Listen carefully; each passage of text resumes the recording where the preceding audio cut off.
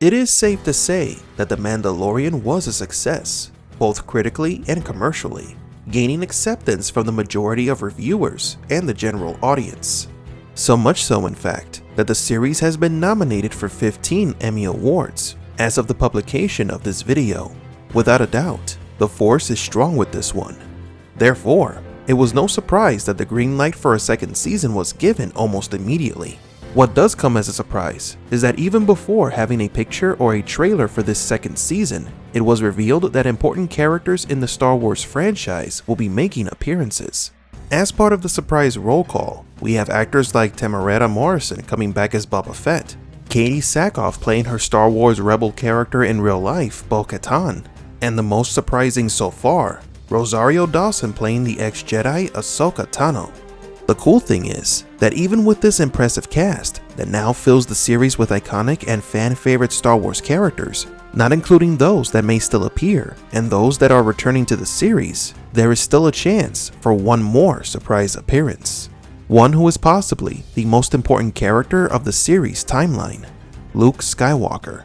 But not just Luke, but Leia, Han Solo, and even Admiral Akbar. Now the question is, in terms of the story, how can high-profile characters like Luke Skywalker and the others appear in the series?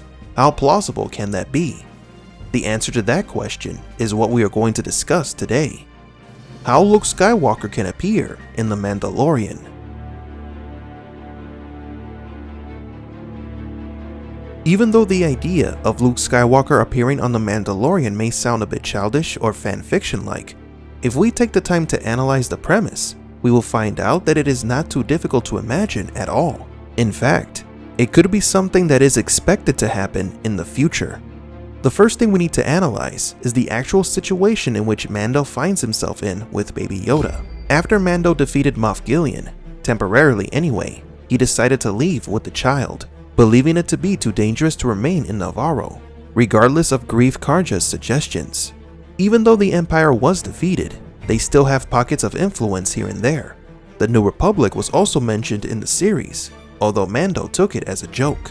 It appears that even though the New Republic is leading the galaxy, it won't be long before they lose that sense of control and influence that the Empire once had. This is interesting, because although The Mandalorian takes place in the Outer Rim regions, a reference to the New Republic means that we may see more about them in the future. A reference that just so happened in the 6th episode of the 1st season. This is the key to understanding the possibility of Luke appearing in The Mandalorian.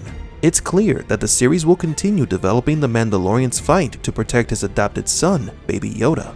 There will be an increasing number of bounty hunters following his trail, something that was alluded to at the end of the 1st season's 5th episode. It is at this point where Boba Fett could enter the scene, as well as other characters. But that will be a topic for a future video. There will be many Imperial forces going after Mando. Even though Moff Gideon was a warlord with a small army that he salvaged from the Empire, he was defeated by Mando and his friends. The series wanted to show us that the one who's really behind the Imperial hunt for the child is someone a little more important and resourceful. Hiding doesn't seem like a long-term solution for Mando. He will eventually be found. So in time, the Mandalorian will come to realize that he is running out of options. He may have to choose between continuing to fight for survival for both him and the child, or leave the child in a safer location, with someone who could better protect him, like a Jedi Master or an ex-Jedi. Here is where Luke or even Ahsoka Tano could enter the series. In future episodes, Mando could decide to get the child to his people. In other words, find his home planet, as some rumors have suggested. In the search for Baby Yoda's home, Mando could become aware that the child is identical to one of the most famous Jedi Masters from the Clone Wars. The thing is, Master Yoda's race is as enigmatic as they are famous, because nobody knows much about them or the world they came from.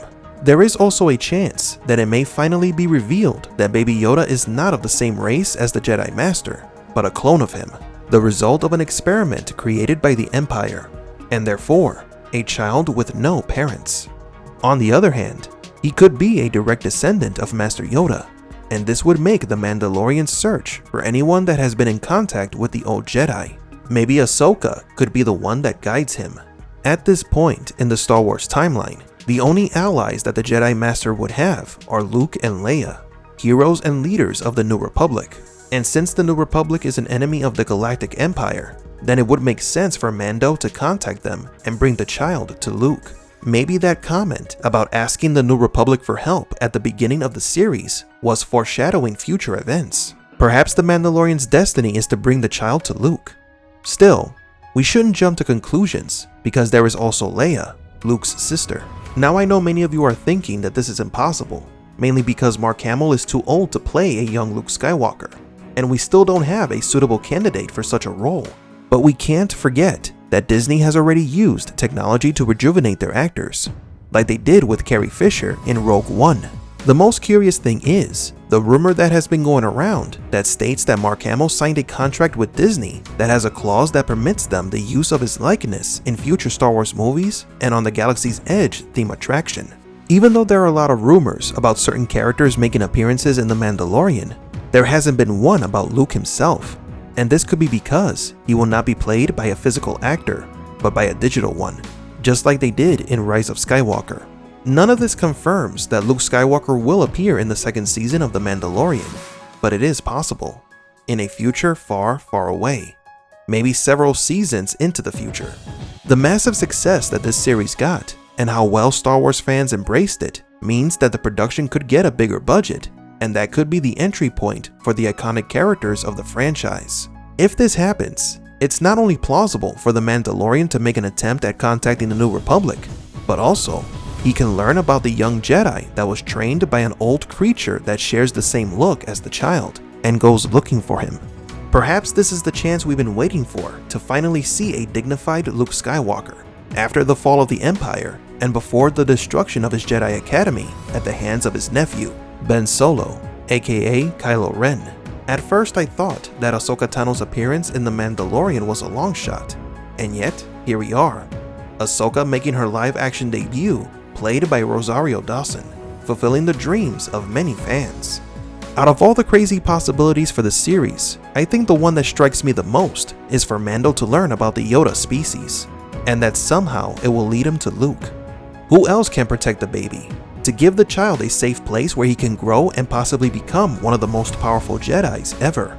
The coolest thing is that if all of that happens, it could end up becoming its own full-length feature film.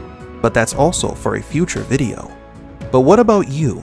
What path do you think the series will take? Will Mando discover Baby Yoda's origins? Will he try to find the child's home planet? Will he ask the New Republic for help and end up meeting Luke Skywalker? And please don't forget, subscribe to our new channel, Mandalorian Universe.